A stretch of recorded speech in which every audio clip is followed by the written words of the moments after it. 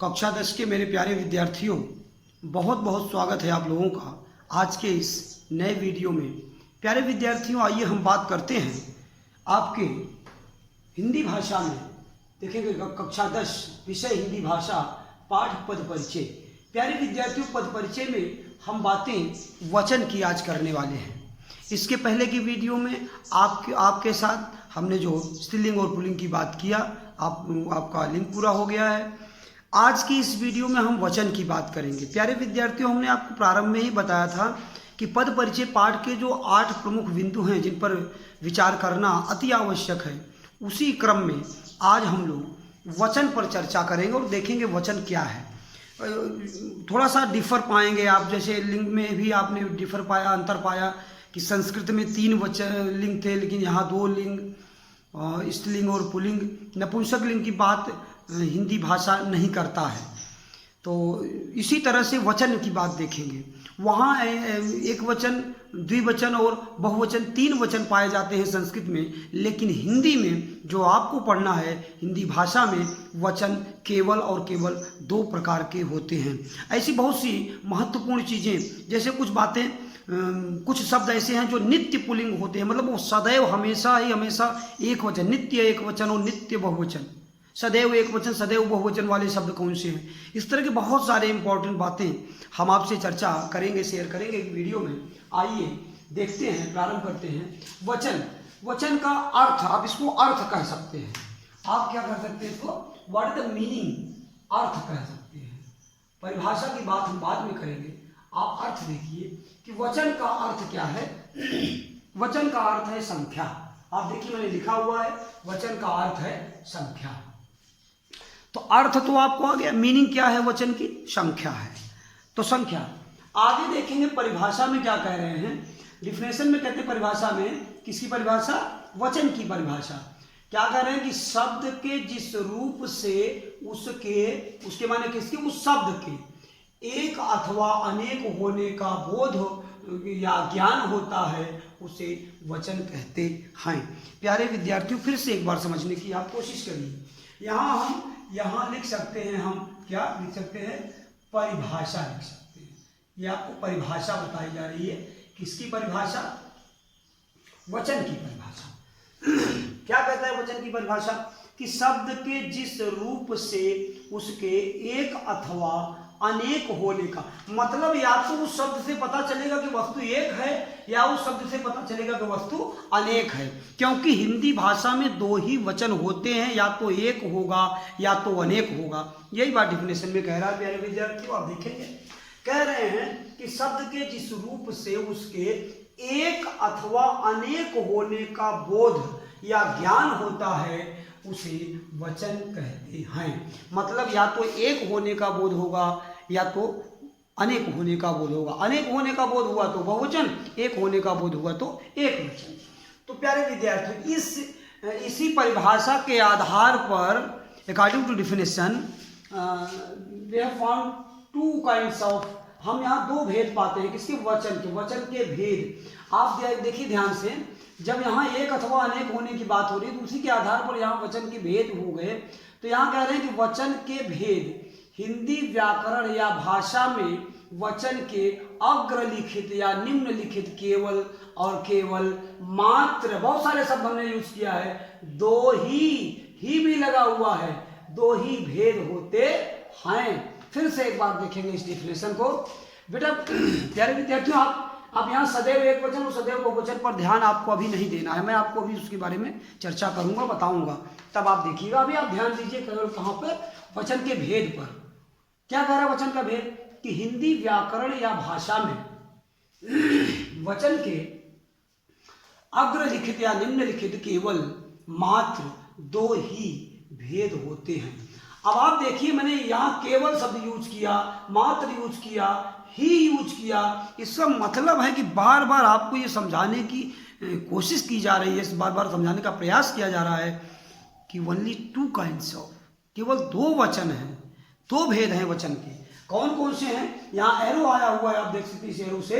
यहाँ पहला है एक वचन और दूसरा है बहुवचन। आप देखिए, नंबर 1 एक वचन और नंबर 2 बहुवचन। उदाहरण के लिए हमने यहाँ पर लिखा हुआ है, जैसे में लड़का एक वचन, लड़के बहुवचन, किताब एक वचन, किताबें बहुवचन। तो ये आपके उदाहरण हैं और ये आपके भेद हैं। अब हम एक एक भेदों की चर्चा करते हैं कि एक वचन क्या है और बहुवचन क्या है, थोड़ा सा समझने की कोशिश करते हैं। यद्यपि आप समझ रहे होंगे परिभाषा से, लेकिन इनको अलग अलग हमने एक वचन को अलग और बहुवचन को अलग डिफाइन करने का काम किया है ताकि आप और अच्छे से समझ में आए। तो यहाँ हम लोग चर्चा करते हैं सबसे पहले एक वचन की। एक वचन क्या कहता है कि ऐसे शब्द है, ऐसे संज्ञा शब्द या ऐसे शब्द, कुछ भी आप कह सकते हैं। आप ये भी कह सकते हैं कि ऐसे संज्ञा शब्द। तो यहाँ एक क्या लिखा हुआ है, ऐसे शब्द या संज्ञा शब्द जिनसे किसी वस्तु के एक होने का बोध होता है, एक वचन कहलाते हैं। एक होने का बोध या ज्ञान, बोध या ज्ञान या जानकारी होता है तो उसे एक वचन कहते हैं। ये हम देखिए कह रहे हैं कि एक वचन तब होता है जब किसी वस्तु के एक होने का बोध होता है, बोध या ज्ञान होता है, तो वो एक वचन होता है। जैसे किताब, किताब एक वचन है, मेरी किताब वहाँ है, इस तरह का आप कहेंगे। दुकान, वह दुकान खुली है। कलम, यह कलम किसकी है, यह कलम मेरी है। तो ये एक वचन की बात हुई। अब इसी क्रम में बहुवचन पे अगर हम चर्चा करें, तुम देख सकते हैं यहाँ लिखा हुआ है कि ऐसे संज्ञा शब्द जिनसे एक से अधिक होने का बोध होता है बहुवचन कहलाते हैं। ये बात यहाँ पर मोस्ट इंपॉर्टेंट पॉइंट है, एक से अधिक होने का बोध या ज्ञान। लिमिट नहीं है बेटा कोई। एक से अधिक होने का मतलब ये नहीं कह रहा है कि एक से अधिक माने 2, एक से अधिक माने 100 करोड़, ऐसा कुछ नहीं है। एक से अधिक मतलब एक से अधिक 2 भी हो सकता है और अनंत भी हो सकता है। फिर उसकी कोई लिमिट नहीं है। बस वो एक नहीं है तो वो बहुवचन है, एक वचन नहीं है तो बहुवचन। तो ऐसे संज्ञा शब्द जिनके एक से अधिक होने का बोध होता है बहुवचन कहलाते हैं। जैसे किताब, अब देखिए यहाँ किताब था एक वचन, यहाँ किताबें हो गया बहुवचन। दुकान था, यहाँ दुकानें हो गई बहुवचन। कलम था एक वचन, यहाँ हो गया कलमें बहुवचन। अब आप समझ गए होंगे कि एक वचन और बहुवचन में क्या अंतर है। प्यारे विद्यार्थियों, आइए चर्चा को आगे बढ़ाते हुए हम समझते हैं कि गणनीय और अगणनीय का क्या अर्थ है। वचन में के ही परिप्रेक्ष्य में, वचन के ही संबंध में, वचन के ही अंतर्गत गणनीय तथा अगणनीय 2 ऐसे बिंदु हैं जिन पर चर्चा की जाती है और चर्चा करना आवश्यक है। तो यहाँ कह रहे हैं, आइए समझते हैं गणनीय क्या है और अगणनीय क्या है। यद्यपि शब्द के अर्थ से भी आप समझ सकते हैं। यहाँ गण माने गिनने, ई माने योग्य, गिनने योग्य है तो गणनीय है, और अगण मतलब न गिनने, ई माने योग्य, न गिनने योग्य है तो वो अगणनीय है। तो शब्द के अर्थ से समझ रहे हैं। थोड़ा सा हम लोग इसको डिफाइन करते हैं और लंबी चर्चा में देखते हैं। कह रहे हैं कि कुछ संज्ञा शब्द, क्या कह रहे हैं, कुछ संज्ञा शब्दों की गिनती की जा सकती है।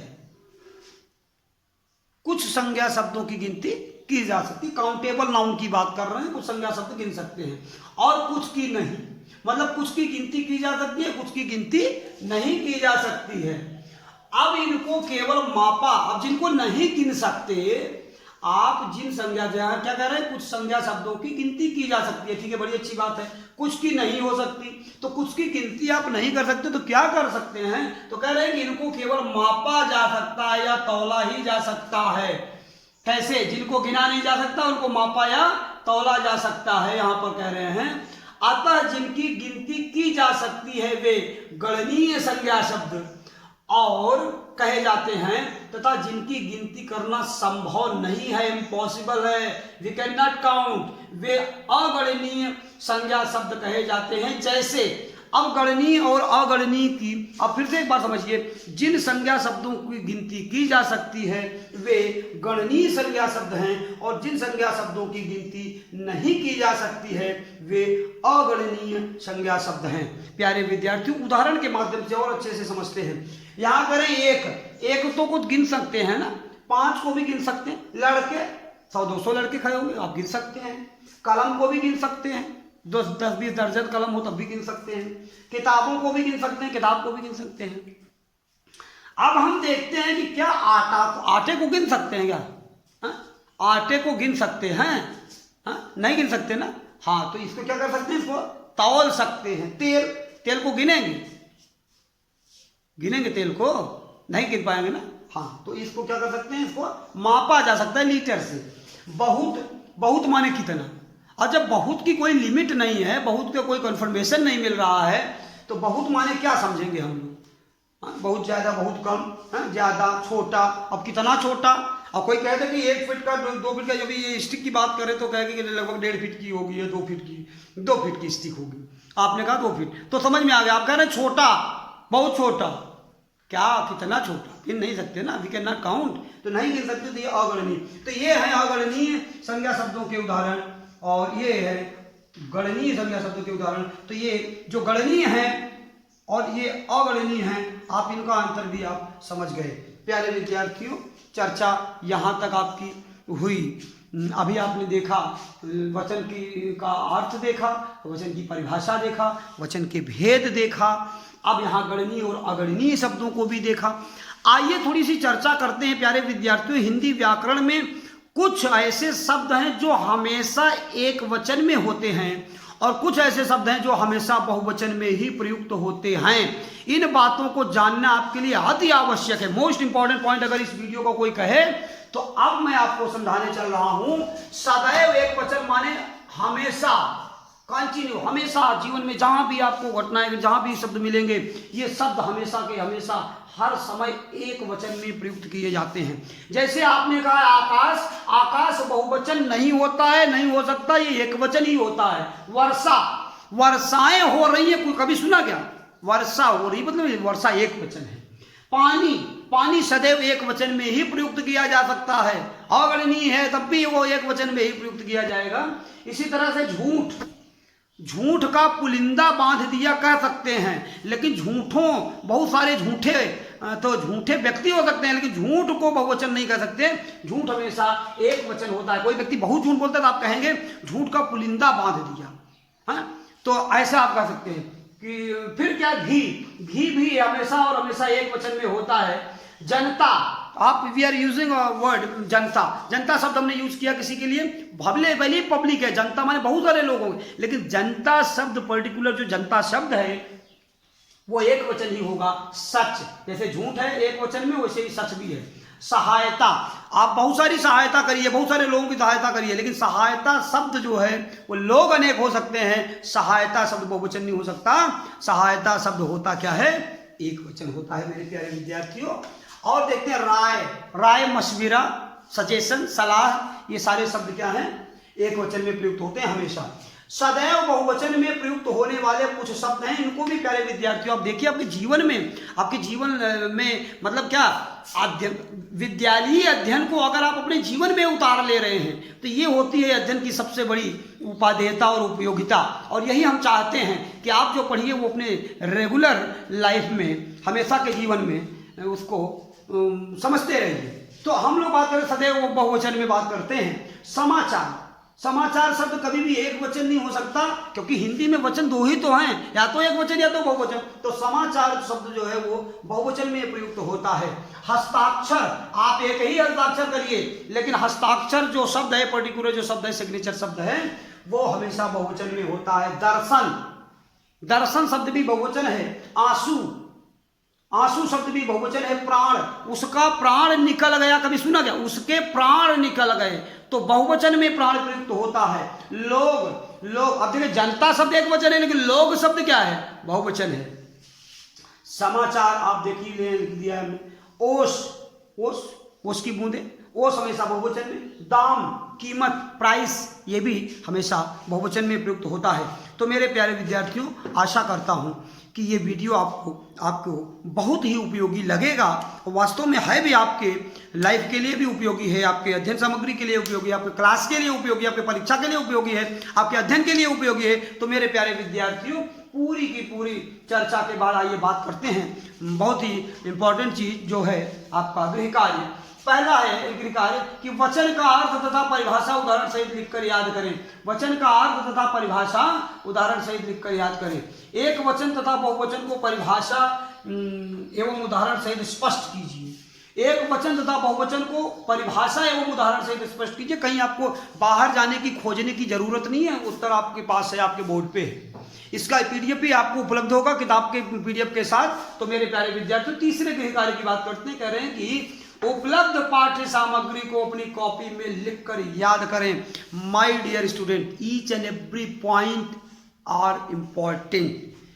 सभी शब्द से एक जो अध्ययन सामग्री है, सब कुछ आपके लिए बहुत ही आवश्यक है, इंपॉर्टेंट है। पूरी की पूरी अध्ययन सामग्री को आप अपनी अभ्यास कॉपी में लिखिएगा, याद करिएगा, अभ्यास करिएगा। मेरे क्लास 10th के प्यारे विद्यार्थियों, आज के लिए इतना ही। मेरी शुभकामनाएं आपके साथ हैं। आप स्वस्थ रहें, पढ़ते रहें, परिश्रम करें। आज के लिए इतना ही। मिलते हैं अगले पॉइंट के साथ, अगले किसी नए बिंदु के साथ। तब तक के लिए धन्यवाद।